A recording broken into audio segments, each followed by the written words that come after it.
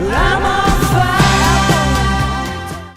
going on, guys? It's the 5 Yard Pass podcast. It's me, Suddy, and this is Shyam. And we'll be talking about the games of the weekend. Brilliant, exciting weekend of Premier League football. Before that, don't forget to like and subscribe. We're a growing channel. We like to talk football, and if you like what you hear, give us a follow. So Shyam, like I said, we were just chatting before the video started. It just gets crazier, man. Like, yeah, it's whether crazy. whether it's upsets, whether it's a crazy amount of goals. I mean, if you talk about the kind of the coincidence of the same weekend, United and Liverpool concede 7 and 6, they score 7 and 6 together, and it's just before we get into games, Liverpool. It was like the same weekend, right? Liverpool, Villa, and Man United, Tottenham, right? Same. Exactly. Oh yeah, it's the same weekend. Exactly, yeah. and it's Wow. it was 6-1, 7-2. This was 7-0, 6-2. Which, I mean, in the grand scheme of things, it's great for both clubs. It just kind of cancelled out those big goal differences. From a Almost goal cancelled them. perspective, yeah. I mean, 3 points is still 3 points. But I just want to say, I think that 7-0, if it didn't look like before, I think Liverpool have just gone back to being, I wouldn't say solid favourites just yet, but definitely the favourites to win the league again. We weren't sure for about 2 to 3 weeks. What do you mean by solid favourites? Because I would say, I think I said it before, when Firmino got that winner against Tottenham, it seemed like there was something just brewing, and I said win comfortably. I didn't pick 7-0. I don't think it was one-eyed Liverpool fan picked 7-0, but they played with a swagger, they played with a confidence, they played really well, and that did not flatter them at all to win 7-0. They didn't get out second gear. Yeah, it was festival football. Look, watching it, I think after that, the second or third goal, it just looked like a end of season type of romp. Yeah, it looked like Palace was already, because there was a bit more to it than that, but it was champagne football, definitely. When I say solid favourites, I just mean that with a bit of recency bias, I guess. Southampton, they drew against Fulham. They with all the injuries, you're going like, were they favourites? Were they not favourites? I wouldn't say they have an injury crisis anymore. They did at one stage. They still do have one or two. I don't call Thiago an injury just because he's never played for the club. So you don't know what he's going to do for the club. Yeah. So it's a shit situation, but he's not an injury. But obviously, after this win, it's very hard to see past, to even consider another team. We're just going for who's going to come second. I think second's the trophy now for every other club. Anyway, let's get into the games. Go on, sorry. Oh, sorry. I thought we were going straight into that game. Oh no, I thought we. Okay, we can. Fuck it. Let's go to the Palace game. First game of the weekend, probably the biggest result in terms of the margin. Probably less surprising than United's win, to be honest, because it is Liverpool and they're playing at that level. Seeing Ox come back was really nice. I thought it was just good to see him get on the field again. I think that he, in a way, that 2018 season, he was kind of the catalyst for them, in a way, just getting to that European Cup final that they lost to Bayern Madrid. When they beat City I think they beat City in the quarters. They beat City 5-0 or 7-0 on aggregate, something like that. Yeah. He was, for me, he triggered something in them. Not that he was the only thing that triggered. It's just watching him run with the ball at defenses. You could see it really unsettled teams when he was up and about. He's got a bit of a rugby upbringing, Oxlade-Chamberlain. He looks a bit like a rugby player. But rugby they like running with the ball and dishing it off sideways. He's not the type of player who's going to thread a beautiful through ball through, but he can get the ball and cover ground with it. He looks like a fullback, a rugby fullback. He's a point of difference to the other midfielders, and I'm a fan of him because I just like seeing him struggle at Arsenal and then come good at Liverpool, and it's just good to see him on the field again. But they played really good football. Some really good goals. Minamino, you can see why he's the fifth choice striker for Liverpool, but still had a good game. I liked for Firmino's second goal, the left-footed dink. He made a beautiful run that just opened up the defense for Salah to play the ball in. Crystal Palace were beaten when Salah came on. It was not good that they gave him so much space to do everything. It almost seemed like he could stand there with the ball and everyone would watch him. There was no intensity put in him, but you could tell Palace were a bit broken at that point. But then Salah, being as good as he was, took advantage of it. And that left foot goal, it was, for any other player, it was special. For Salah, it was almost any other week because he tends to score goals like that. Watching Salah play is one of those players you expect something every time. The way Messi is now, and let alone when kind of 2013, 2015, and the Ronaldos as well. You just expect something. You don't even expect that from like a Bruno. This guy is he's on another level. I don't know how many goals. I just kind of see you He keep got talking, but two. I think no. I'm talking For about the this season. season. This season, he's just his goal. You kind of forget, you kind of forget that he's like Vardy. He just scores every week, man. Yeah. It's inevitable, as Thanos would say. It's interesting that they talked a bit about Mane having a bit of a 16 goals goals? this year. Is that all 16 to competitions? 21. Premier League. Oh, 21 games, 16 goals. Okay, so all Yeah. competitions. Wow. Yeah. There was a bit of talk about Mane being a bit moody when he got taken off for Salah. I think that was a bit of a storm in the teacup. Mane just wanted to be out there and be part of a winning team. And if you're Klopp, you'd probably be happy to see it. As long as it doesn't happen every single week, you wouldn't mind. Yeah. Guys being that committed to winning and beating teams. Yeah. So great result for them, and they've got their first midweek off in a long time. They're not in the EFL quarterfinals, so they'll have days off and they'll rest up and they'll hit the Christmas break running. It'll be interesting to see how they rotate the team. Who did they lose to in the League Cup? I can't remember. I can't recall at all. I'm not sure, but I know that they haven't got a game till Boxing Day. I'm just gonna look this up. Oh, is that right? That's a good 5-day break for them. And in the current season, 5 days is gold. Jesus, yeah, it is. The thing that I was impressed, and this goes for United as well. We'll get to next. The intensity with both teams after a 3 or 4 day rest was impressive, man. Yeah, they lost to Arsenal on penalties. I remember that now. They lost. Think about it now. They lost to Arsenal.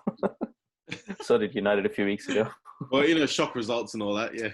Yeah. Championship teams can beat Premier League teams. Yeah, definitely. It's the magic of the cup. Yeah. 2 teams, 1 cup. Anything happens. Yeah, sorry.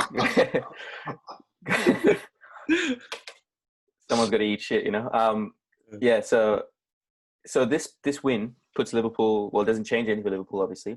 But what it does is, like we said before, the goal difference has increased for them. They've now got 36 goals, 19 against 17 for 34 points, 4 points in front of Leicester, 5 points behind United with whoever game in hand, and also from Everton 26 points. So we were right and wrong. Sorry, Shyam. We were right and wrong here. Sorry, go on. I was just going to say Leicester are playing United next, so one of those teams is going to drop points. So that's going to make Liverpool even further. We were right and wrong. We've been saying this for about a month now. Yeah, the league will take shape. League will take shape. Arsenal in 15th, Chelsea in 8th, City in 7th, Everton, United, Leicester, Liverpool. I don't think me and you had Everton in our top 10. Oh, maybe we did. Maybe just. Maybe I don't think we had City. Probably had that top 6, and then you probably have. I don't think Wolves, we Leicester, had Southampton there. It's probably the next level. Yeah, so maybe 9th or 10th. And I think this is the top 8 we're going to see, plus minus 1 or 2 teams. I think Chelsea will climb back up eventually, like they do. They ebb and flow quite hard. So you tend to see, like, if you have the top 10 now, you'll find one team will probably drop out quite badly, and you'll find one team will probably rise up from outside and do quite well in the second half of the season. But you don't see the top 10. You're saying from here, you don't really see a lot of change in the table.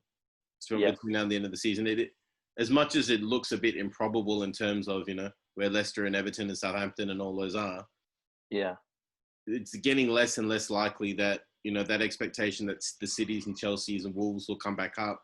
It's less and less likely every week that they're, not doing it. Yeah.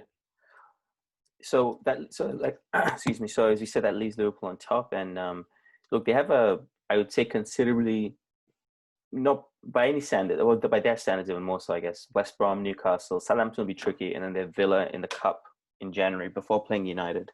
They can really cement themselves, man. With United and Leicester playing, Liverpool, Spurs is going through that patchy form. They will come back from that, but they can just go and kind of break away a little bit more, because now they'll be thinking of, it's their time to shine, because they'll be thinking about the Champions League, which inevitably brings fatigue on the weekends. Liverpool don't have as much depth as a Chelsea or perhaps a City last year, just yet. I think Minamino is not quite there. In terms of the number of bodies, I think they're less. I think in terms of quality, obviously they're more and much more. But just in terms of the number of bodies, no, they don't quite have the depth of those. And Diego Jota is injured, who's been scoring. I think he's got like 10 goals for them already. Insane amount of goals. So it'll be interesting to see how much they're going to break away, which they will break away, as in they will get the points. It's just a matter of how the team's dropping so they can break even more in the next few weeks. So yeah, we talked a bit last couple of months about them having a tough run of fixtures, and they've now got through that tough run of fixtures. With the last one probably around the Tottenham, and so they'll have naturally that means they'll have an easier run of fixtures coming up. I do think they play United twice in a short period of time, so that would be not terribly short. I think it's like 3 months apart. I think it's in April, January and April. Just January and April. Okay, that's not close. Let me just double check. I'm looking through it. I had the impression it was twice in a month for some reason. Yeah, I actually thought. I think that was it initially, and I think Champions League has pushed it apart. It was April. It's gone to the 1st of May now. The end of that season is going to be so messy. Yeah, not Lionel Liverpool. Messi, Liverpool. Messi. Like, it's going to be crazy.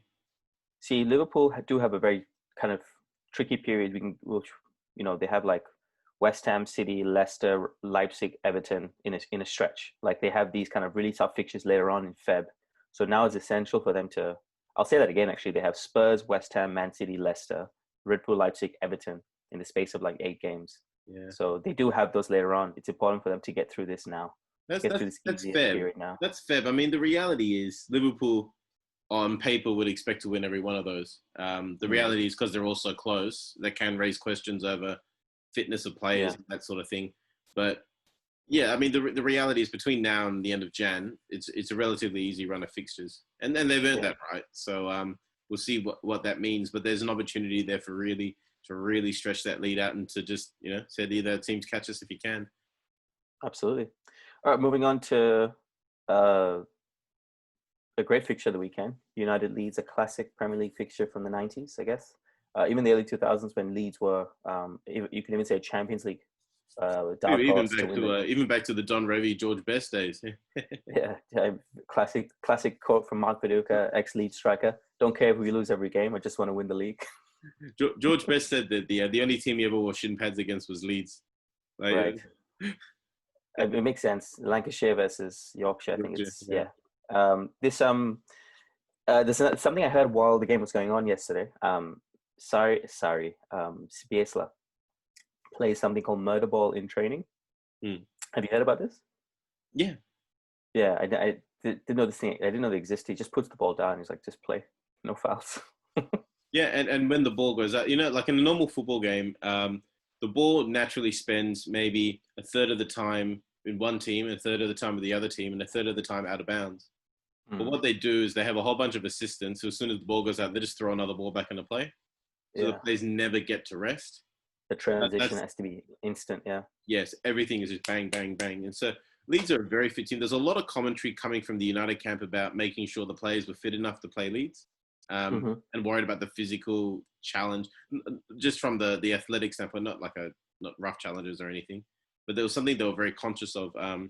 And look, Scott McTominay, you said about him before. He's not a good player, but he plays well. He's just. I did say that. I forgot about it. He's got the fastest brace in Premier League history. Who would have thought Scott McTominay would have the fastest brace in Premier League history?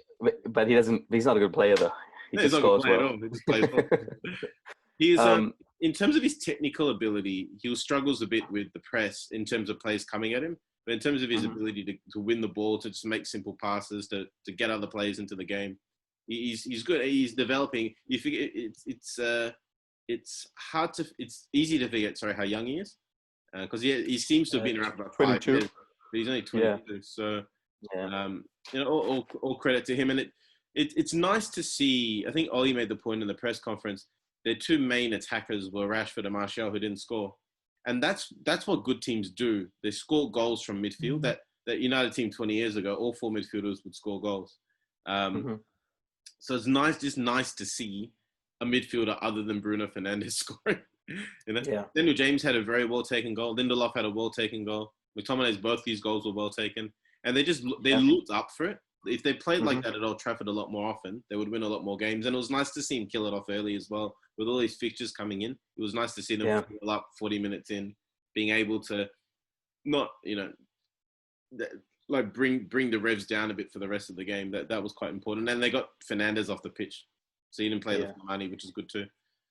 I do question the point that I like to bring up here. That kind of a different perspective I'd like to bring up is I still kind of wonder about Ollie's substitutions. I question the way he makes it because you see, I'm just looking here, and just to your point before that, I know you know this, but just to say it out loud, Martial got 2 assists, which is fantastic for any player, let alone Martial, who's not really much of an assister. Okay, so we're 5, 1, 2, 3, 4, Bruno 5. We're came 5-1 off up. and Shaw came off, right? Yeah. Well, what I was gonna say was we're 5-1 up at 66 minutes. 5-1. What's he waiting 5 extra minutes for to make a substitution? I don't know. Is he thinking about things? I feel like when you're 4-0 up, you can already start about thinking, with a 4-0 up at 37 minutes, you can think about the subs you're going to make. What do you think the thinking is there? Do you think it's a bit arbitrary, or do you have a kind of reasoning behind why the subs come in a touch late? It's interesting because Chris Coleman, when he's in charge of Wales, would often say that he'd often try and get players off after 75 minutes because he thought that last 15 minutes made a big difference in terms of recovery, like would add an extra day to recovery because the players are at a certain level of exhaustion. So it's an interesting point. You're right. He does dwell on it a bit. And maybe someone has to give him a nudge or something, or maybe the goal goes in and they have to tell the players warm up, you 5 minutes warm up, I don't know what it is, but it is interesting. It's not like Football Manager where you go, 5-1 up and just click, Absolutely. It's an actual process involved. Yeah. No, there's definitely human factor to this, and there's a human error factor, or maybe a kind of dwelling on factor. I'm just curious because I just feel like why, there were a bunch of players you think, the Eric Bailly or the Tuanzebe. I think Tuanzebe was on the bench as well. You just wondered why those players, why so late, I can see why the idea behind bringing Cavani on was actually not a bad idea because he was probably going, I need 2 or 3 more goals here, can make up for that Spurs defeat big time. So Martial came off or Rashford came off? Rashford and Bruno came off. Okay. And Luke Shaw a bit earlier on for Alex Telles, which I thought good substitution. It's a good substitution because Shaw will often get injured just by running too much. The demands on him pull back are very high. Shaw gets.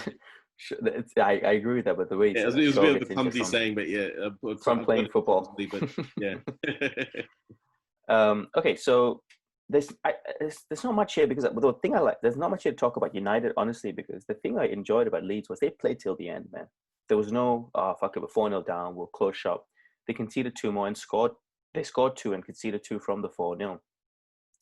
So you got to kind of give some credit to the mentality of the Bielsa team. He's not going to change the way he plays, and Leeds will be fine. If they go the way they're going, they're going to get big scorelines like last week against Newcastle. They're going to get hammered by teams that they see. With United being such a counter-attacking team, it plays right. They're a small team that play counter-attacking. You're going to get destroyed against a team like United, a very fast team. So I mean this whole this leaves United third, as we said, 5 points behind Liverpool, playing Leicester this weekend, or just above them. United or Leeds? Sorry, United. I'm talking about United, and this leaves Leeds on 14th, 17 points, 3 above Arsenal.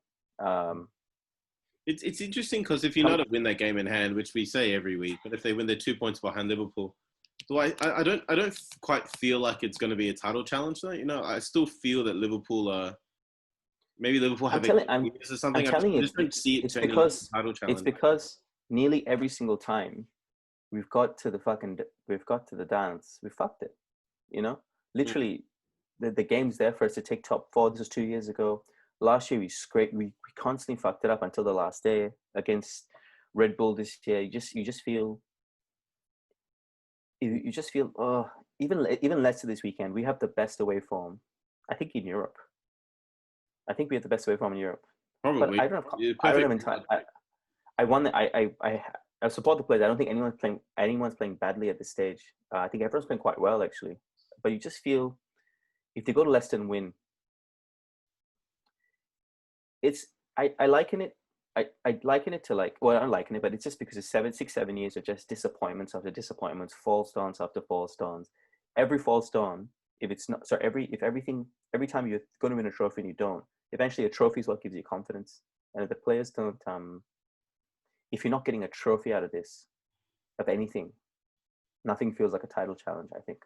There are moments in a club's history like that. And I suppose when you look at, like City's goal, the Aguero goal, and that seemed to trigger a period of dominance for City. Like they were knocking on the door a bit. They won the FA Cup in 2011, but just went and they nearly screwed that up that year as well. But they got over the line. And like Michael Jordan, when he started with the Chicago Bulls, it was the Chicago Bulls always seen as the lucky losers, and in that sense that they always lose gallantly. But he turned it around with an after buzzers shot against Cleveland, and I suppose like you look at this Liverpool team. I mean, Liverpool fans are probably no better than me, but I felt like that goal that they got against Barcelona, the one with the Trent Alexander-Arnold corner, seemed to have that effect on the club. That they were playing well. They were playing well to that point. They made the Champions League final the year before, and they were running City really to the point. But it seemed to trigger something in the club. That just that belief. We're 3-0 down. Against Barcelona, and we beat them. That how good is that for the psyche? And majority of these players turn into things. And majority of those players are still in the club. So that kind of DNA from the game. Moment. Yeah, and I guess we thought it was the Paris moment last season or 2 seasons ago, and then we thought it was Paris last season, this season, excuse me. So it's just like It's because Tuanzebe is not playing, man. Well, unlike Madrid, or like Madrid, United's bread and butter. What United want to do is win the league. And as long as it's not circling around the league, I think fans or even onlookers, critics, media, journalists, whatever, never going to feel United challenging. If I say we, I know this is not a United podcast, but if United go and challenge within a point or 2 points or 5 points, that's probably the cutoff. You're going to feel massive improvement this year. But like I said, it doesn't change until at least a trophy's brought home. There's going to be no catalyst, even if it's the League Cup. There's going to be no catalyst for change, mentally speaking. You imagine if Bruno gets this like a fucking lion gets his taste blood, i.e. taste the trophy. And you're going to see a different team. It's interesting because United also lost 3 semi-finals last year in the Cups. Yeah. So it's that almost feeling that you're talking about. Yeah. But they're on track. They're on track for about 78 to 80 points if they win all their games. If in the form they're in. So that would be an improvement, but there's still a way to go, I think. Yeah, absolutely. All right. Should we move on, Shyam, to the Spurs game? Yeah, Spurs. They've lost their last 2 now, so 1 point from the last 9, and they were top of the table going into the Liverpool game, and they're now 5th, and it doesn't look. There's a bit of insipidness just creeping into their game. I know that it's decided on fine margins, and Leicester kind of hung on until they scored that first goal, but give away the first goal to Leicester, you ain't getting it back. They love scoring and then shutting up shop, and Yeah. It was they looked a bit flat. They didn't. I don't know what it is. Maybe Liverpool sucked a bit of confidence out of them, but they just looked very flat. And Jamie Vardy, I mean, can he stop scoring? I don't think so. 36 years old, 34, 35, something like that. 35, yeah. So where does this leave Leicester and Tottenham? There's a huge game for both sides. And I think this plays into United's hands a bit in terms of Leicester having to stretch themselves out for a game. A little bit. Now, what do you think? Where do you think this leaves Spurs? I'll just kind of look at the next few games actually. Yeah, I'm just pulling them up myself. So they have in the league they have Wolves, Fulham, Leeds, and Villa. So mixed bag, I guess. Yeah. And then to kind of try and claim back a bit of form. Not I mean, this is a far cry. It's almost, for me, I feel, I wouldn't say it's been completely downhill, but it's been a steady downhill, bit of ebbs and flows. But for the last 2 or 3 weeks, they just haven't looked themselves. Yeah, Spurs. It's almost. I feel a bit like they're a one-trick pony who's been found out. They need to develop more to their game, and they need to get more out of Harry Kane. Not that he's playing badly; they just need to get more out of him because he's their best player. Yeah. And I think teams have latched onto that sort of Son-Kane connection and are putting things in place to stop them. Teams now spend a lot more time tactically focusing on specific strengths and weaknesses as opposed to sort of setting up one-on-one battles. Teams are not afraid to send 2 or 3 players to mark someone if they think that there's a massive influence. And, after Kane and Son, in those attacking positions, there's a massive drop-off in terms of quality. Mm-hmm. Bergwijn, the Solskjaer, they're good players, but they're not of the same level as Kane and Son. Can I say as well?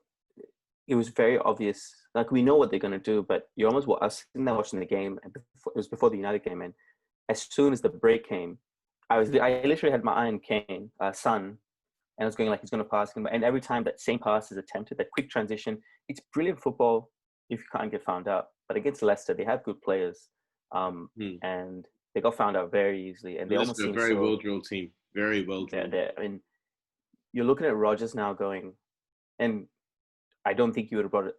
Well, he's not as good as Klopp. There's no doubt about that. But you're looking at Rodgers going like, man, if you were given the right support at Liverpool after Suarez left, he could have built a club. He could have done something big.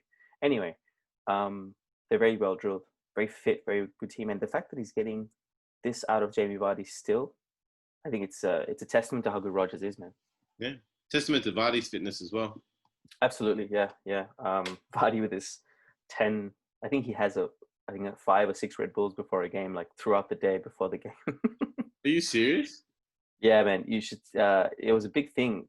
Yeah, there's something about, I think something to do with caffeine, right? Like he's actually turning 34, Jamie Vardy. I just looked it up. He turned 34 in January. Yeah. Someone 34 seems quite young still. He's the oldest Golden Boot winner, so that in itself says something. Yeah, absolutely. But yeah, that's a lot of Red Bull. Yeah, and he has it's like a very specific ritual that he has as well. I think, like, I could be wrong. All feelings, no facts here. But he apparently eats a couple of pies in the morning and a sausage roll, and just goes for the Red Bulls. And then he has like a shot before the game in the change room, and then he has something like he has this very specific. A shot of caffeine, an espresso shot. Okay. And not a Jaeger shot, and he's just like ready to go.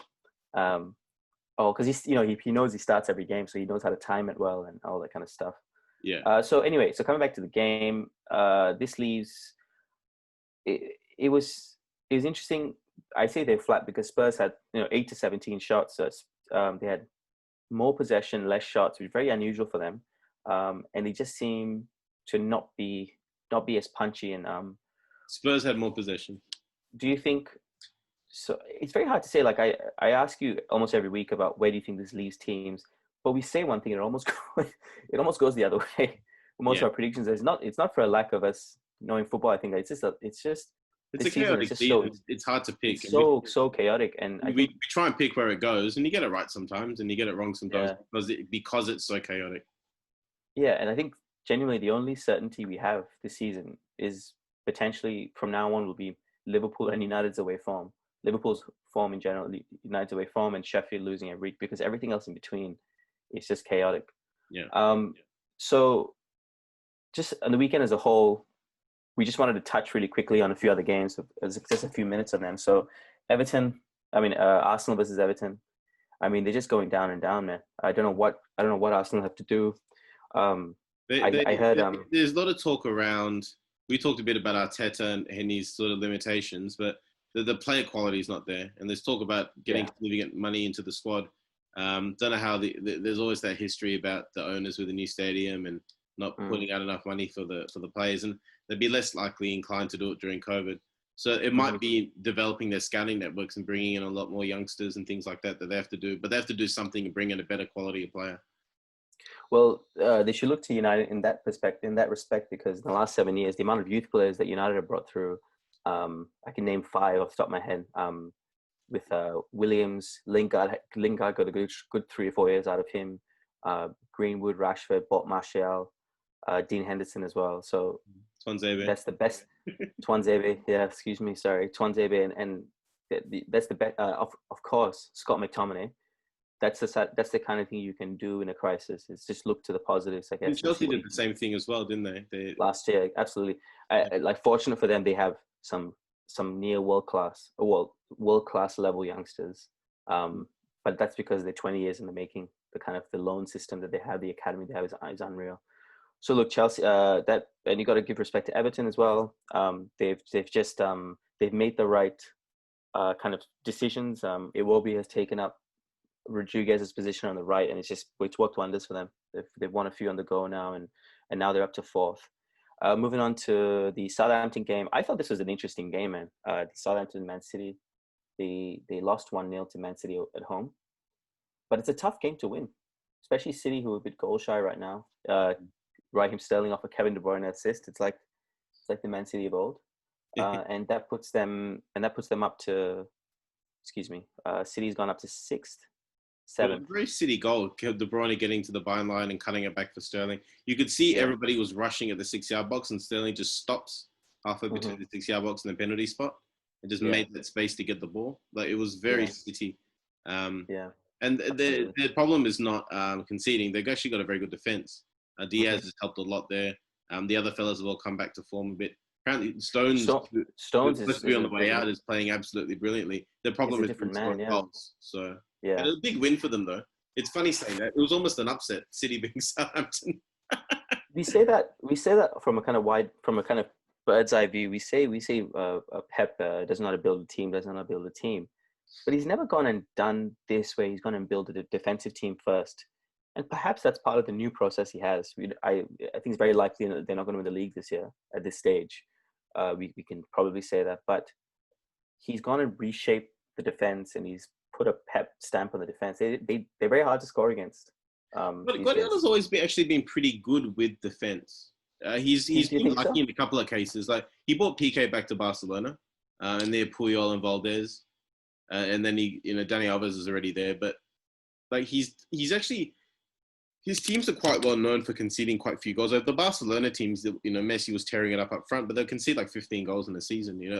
A lot of it is due to the fact that they keep possession so well. Their teams find it hard to actually get the ball. That's what I'm saying. That's what you need to do to score. But their ability to maybe he has built it slightly differently now with a double pivot in the midfield and things like that. But and the sums of money that he's had to expend are quite extraordinary, which is part of, I guess, the transfer fees in football going up. But I think he does focus on defense more than people think. It's just that there's not been so much focus on defense in Guardiola teams. I wouldn't say I completely disagree, but I think look at the Southampton game, for example. Southampton had 51% possession. That's wrong. Southampton had 49% to 51%. What I'm saying is that I think now Pep and his team have built up a team that can defend for a team that doesn't score many goals. I mean to say they're probably going to be peppered a lot more than, let's say, Barcelona or Bayern, which definitely I think they conceded single digits, like every half a season. So perhaps they're training for it a bit more. And that's what I'm trying to say. I think we've attacked Pep, or a lot of people have attacked Pep for kind of this, you're not scoring enough goals, you're fraudiola. And I put my hands up and say, like, it's fun to kind of get on that back and stuff, but you got to look and say, like, they're hard to score against now, man. Against for a team that was traditionally known to score a lot of goals, they're not conceding very much, and they're defending well. It's not about possession and turning the screw anymore. It's like actual tackles and positioning and bullying strikers and stuff. And John Stones and Diaz has the biggest part to play in it, and John Stones' resurgence as well. Because why I said as well, because Guardiola is renowned for taking these makeshift centre mids and putting them into left back and right back positions, and Fernandinho in centre back. It almost felt as if defense was an afterthought to him. Mascherano. You got to say it like Benitez. Mascherano. Xabi, Mascherano, Lucas. How did Ferguson say it in the 2011? Mascherano. Yeah, no, that's terrible. That's a terrible British accent. Was that the interview? Which Barcelona player would you buy if you could buy one? Mascherano. So yeah, that's my point. That's my point, though. But you are right in the sense he has always had traditionally very good defenses. But I think there's something to be said about this defense being a proper defense that does. On the point of Southampton, I would like to see Vestergaard move soon. I think he is just something else, man. What do you think he would be worth in the market? If you use Maguire and Van Dijk sort of numbers as a estimate. Let me just check. If he's above 30, then we go. Then we're talking different numbers, Shyam. Actually, don't know how. 28. So prime time. Mm. I think he'll go between the 40 and 60 mark because he's so important as well. I think that's the kind of mark you'll get. Yeah. There's a video of him more in the January window. Yeah. Yeah, and there's a video of him taking shots from outside the box, Shab, he can take shots. Like he's doing training shots. He can take shots. Not Jamie Anyway, Vardy. the last thing that we wanted. Okay, actually, before that, who's your player of the round, Sham? Player of the round. I thought Firmino did quite well for Liverpool. He's had knockers on him for not scoring enough. Got a big goal against Tottenham. He got 2 against Palace. He led that line. It was not so much that he scored twice, although the second in particular was a very good finish. It was just that he led the line. He looked like the man again. And structurally, he's a very important player for them. Doesn't get the kudos because you don't tend to see it. It tends to be more about setting up Mane and Salah. But I just thought that he looked happy. He scored well. He linked up well with everybody. I would give it to him. Fair enough. For me, I can't go past Scott McTominay. I always liked his attitude as well. He played really, really well. So well he played. Both of those goals were good. The touch for his second just before he scored was really good. And that first one, he didn't seem to hit it that hard, and it just kept going. I don't know if you know, but he played striker until Mourinho called him up. He was kind of playing a number 10 striker role, and he's become more cultured, I guess. No, but Feb, I was really, really happy to see him. There's some players that you very distinctly remember them coming up, and I don't really remember Jesse Lingard when he started. But Scott McTominay, I remember him really well because I always liked that he's kind of the best parts of Roy Keane and Darren Fletcher put together, and a Michael Carrick. Those are kind of people he probably saw growing up, and he's got a bit of bite in him as well. So the last thing we wanted to say was AC Milan, your childhood team, arguably. In Australia, we didn't get a lot of EPL growing up. You get the 1 hour highlights package, but on the Sundays, SBS. You get the Steady Eye game of the week on SBS. Yeah, absolutely. And, I fell in love with AC Milan. They had Maldini and Costa Curta and Tossotti and what's the other one? Baresi. Sorry, Baresi. Baresi. Yeah. I love the main guy. I loved that guy when he played there.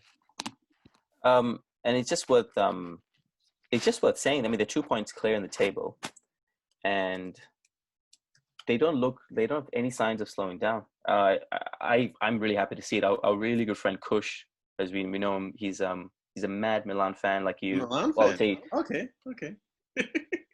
You know that, don't you? I know that. Okay. Fucking hell, Sham. So it's cool to see. It's cool to see Milan back. You feel like it feels like I'm watching, Ancelotti football again. They'd actually dropped points in the last 2 games. Their lead had gone down from 5 to 1 point. I think they drew. Yeah, that's right. Yeah. But they were saying this was a really big win on the weekend, and they scored after 6 seconds.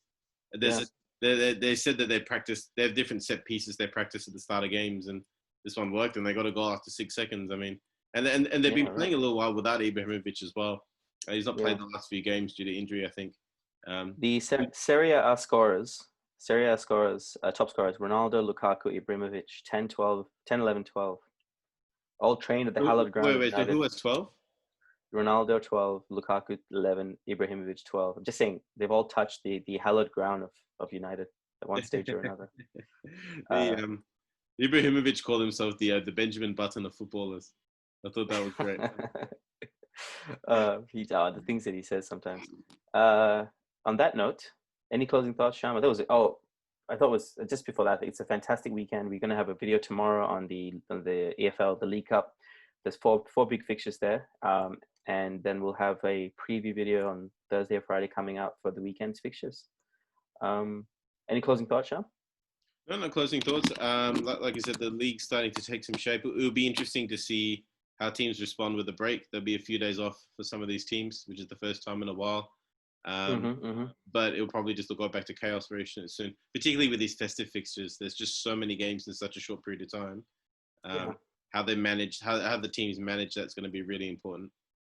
Yeah, and just to add to the weekend's games, I'd say 3 big games: Arsenal, Chelsea, Leicester United, Wolves, Spurs, and a few other exciting games. So looking forward to the chat tomorrow as well about the League Cup, and that could be a springboard for City or United or Arsenal to go win a cup this season. So thanks so much for watching, guys. Don't forget to like and subscribe. We are the 5 Yard Pass podcast. My name is Suddy. This is Shyam. Keep football simple, and as always, keep passing, guys. Cheers.